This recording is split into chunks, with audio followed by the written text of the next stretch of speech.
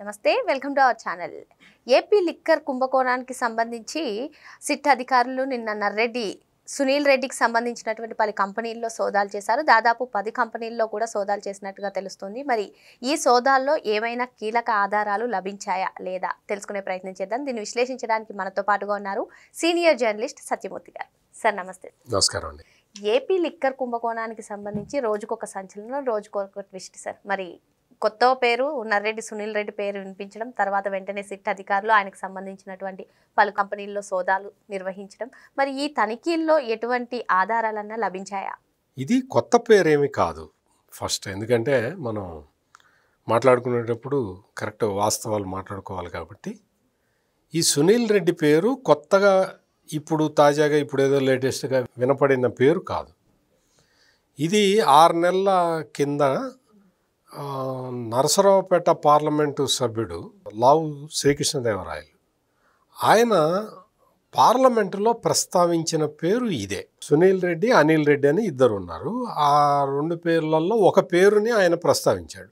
ఈయనేమో నర్రెడ్డి సునీల్ రెడ్డి, ఇంకొక ఆయనేమో వైఎస్ అనిల్ రెడ్డి. ఇద్దరు కూడా జగన్మోహన్ రెడ్డికి బాగా కావాల్సిన వాళ్ళే. ఇతను అంటే ఇప్పుడు ఈ నర్రెడ్డి సునీల్ రెడ్డి అనే వ్యక్తి జగన్మోహన్ రెడ్డికి ఎంత క్లోజ్ అంటే దాదాపుగా జగన్మోహన్ రెడ్డికి నీడ లాంటివాడు. అంటే భారతిరెడ్డి తర్వాత ఆ ప్లేస్, అంత ఇంపార్టెంట్ ప్లేస్ ఉన్న వ్యక్తి ఇతను, ఈ సునీల్ రెడ్డి. ఇతను జగన్మోహన్ రెడ్డి ఫ్లాగ్షిప్ కంపెనీ ఒకటి ఉంది, అది సాండూర్ పవర్ అంటారు. ఆ సాండూర్ పవర్లో డైరెక్టరు ఈయన, ఈ నర్రెడ్డి సునీల్ రెడ్డి సాండూర్ పవర్ డైరెక్టర్. అదే కాకుండా Sandur power top company Jaganmohan రెడ్డికి సంబంధించి. ఆ తర్వాత next top company Bharathi cements. ఈ కంపెనీలో కూడా ఇతను డైరెక్టర్. అంటే వైఎస్ భారతిరెడ్డి తర్వాత ఇతని పేరే ఉంటుంది. అంటే ఎంత ఇంపార్టెంట్ వ్యక్తి అనేది అర్థం కావడానికి నేను ఆ విషయాలు చెప్పాను. మీకు పార్లమెంటులో లావు శ్రీకృష్ణదేవరాయలు ప్రస్తావించిన తర్వాత ఇతని గురించి మళ్ళీ ఎక్కడా కూడా చర్చ జరగలేదు. సిట్ కూడా ఈయన విషయాన్ని ప్రస్తావించలేదు.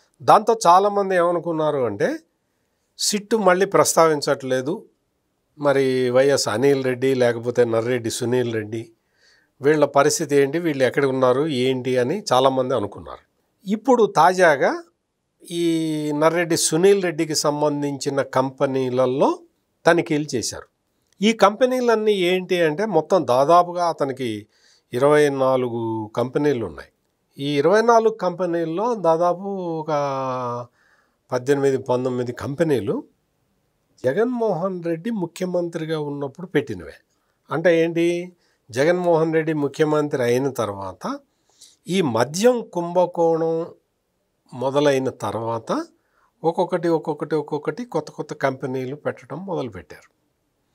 ఇట్లా కొత్త కంపెనీలు పెట్టింది ఒక్క ఇతనే కాదు, చాలామంది పెట్టారు, చాలామందితోటి పెట్టించారు. మనకు తెలుసు, ఆయన ముఖ్యమంత్రిగా జగన్మోహన్ రెడ్డి ఉన్నప్పుడు ఓఎస్డీగా పనిచేసిన కృష్ణమోహన్ రెడ్డి కొడుక్కి కూడా కొత్త కంపెనీలు ఉన్నాయి. అతని పేరు మీద కూడా కంపెనీలు పెట్టించారు. ఇట్లా రకరకాలుగా కొత్త కంపెనీలు స్టార్ట్ చేశారు.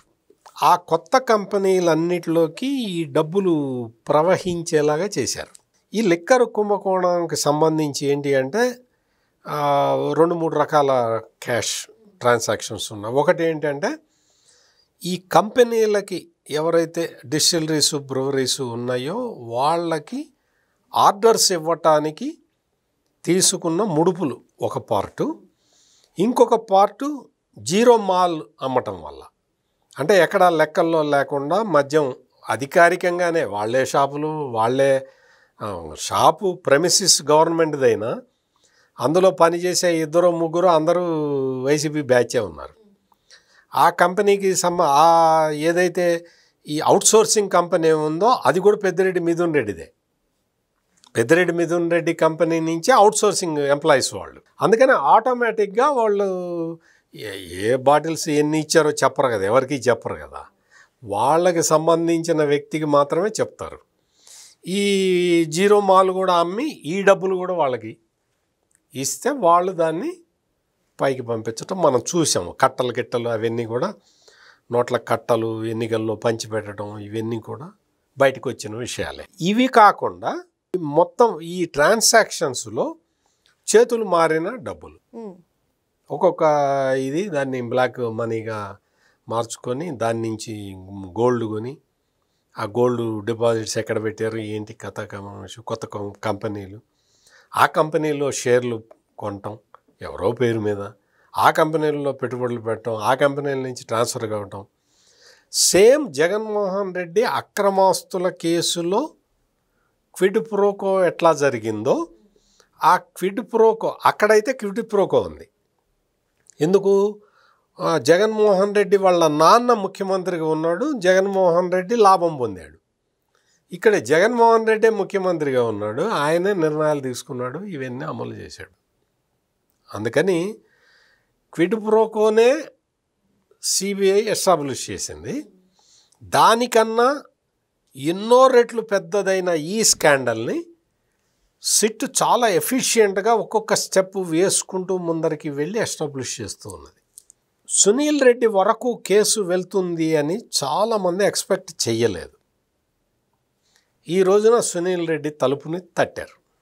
అంటే వాళ్ళ కంపెనీల్లో సోదాలు నిర్వహించారు. ఈ సోదాలు నిర్వహించే స్టేజి కన్నా ముందు వాళ్ళ పిఎల్ని వాళ్ళని విచారించారు. అంటే సిస్టమేటిక్గా వెళ్తున్నారు. ఎందుకు వెళ్తున్నారు? వీళ్ళు ఏం చెప్తారు జగన్మోహన్ రెడ్డి మనుషులు, మాకు తెలియదు, మర్చిపోయాము, గుర్తులేదు, ఈ 3 సమాధానాలే చెప్తారు. వాళ్ళ స్టాండర్డ్ ప్రొసీజర్ కోడ్ అది. ఎవరిని అరెస్ట్ చేసినా వాళ్ళు అదే చెప్తారు, మాకు తెలియదు, మాకు మర్చిపోయాము, మాకు గుర్తులేదు. మరి గుర్తులేని విషయాల్ని గుర్తు చేయాలి కదా, అదే కదా పోలీసుల బాధ్యత. అందుకని వాళ్ళు ఏం చేస్తున్నారు అంటే ఈ డిలీట్ చేసిన వీడియోల్ని కూడా, అంటే వాట్సాప్లో పంపించేసి వీడు కూడా డిలీట్ చేసినా కానీ రిట్రీవ్ చేసే టెక్నాలజీని కనిపెట్టారు. ఆ టెక్నాలజీ తోటి వీడియోలన్నీ రిట్రీవ్ చేస్తున్నారు. ఎవడెవడు మాట్లాడుకున్నాడు, వాట్సాప్ కాల్స్ ఏంటి, ఆ డేటా, కాల్ డేటా మొత్తం అంతా రిట్రీవ్ చేసి పెట్టుకున్నారు. ఇప్పుడు లేటెస్ట్గా అప్పట్లో ఎక్సైజ్ మంత్రిగా ఉన్న డిప్యూటీ సీఎం నారాయణ స్వామి ఫోన్ను కూడా సీజ్ చేశారు. ఎందుకు? నారాయణ స్వామికి ఎవరెవరు టచ్లో ఉన్నారు, ఎవరెవరు మాట్లాడారు, నువ్వు సంతకం పెట్టు నేను కాగితం పంపిస్తున్నా అని వాడెవడో చెప్పాడా లేదా, ఎప్పుడు చెప్పాడు, సంతకం ఎప్పుడు పెట్టారు, ఈ డేట్న వాడి కాల్ ఉందా లేదా, ఇటువంటివన్నీ సరిపోల్చుకుంటూ ఉన్నారు. అందువల్ల నారాయణ స్వామి రెడ్ హ్యాండెడ్గా ఇంకా దొరికేసినట్టే, ఇతను ఈ సునీల్ రెడ్డి దొరికేసినట్టే, వీళ్ళందరూ కూడా దొరికారు. ఈ మెయిన్గా ఈ సునీల్ రెడ్డి దొరకటం అనేది చాలా ఇంపార్టెంట్ కేసులో, అంటే కేసు దర్యాప్తులో చాలా ఇంపార్టెంట్ విషయం ఇది. ఇంకా నెక్స్ట్ స్టెప్ అక్కడే. అందుకని మనం సిట్ పోలీసుల్ని ఈ లిక్కర్ కేసు దర్యాప్తు చేస్తున్న రాజశేఖర్ బాబు ఆధ్వర్యంలో దర్యాప్తు చేస్తున్న ఈ సిట్ పోలీసుల్ని మనం ఎంత అభినందించినా తక్కువే. ఎందుకంటే ఇంత షార్ట్ స్పాన్లో, ఇంత స్వల్ప కాలంలో ఈ కేసు, అతి క్లిష్టమైన ఈ కేసుని ఒక కొలిక్కి తీసుకొచ్చారు. అందుకని we have to appreciate special investigation team.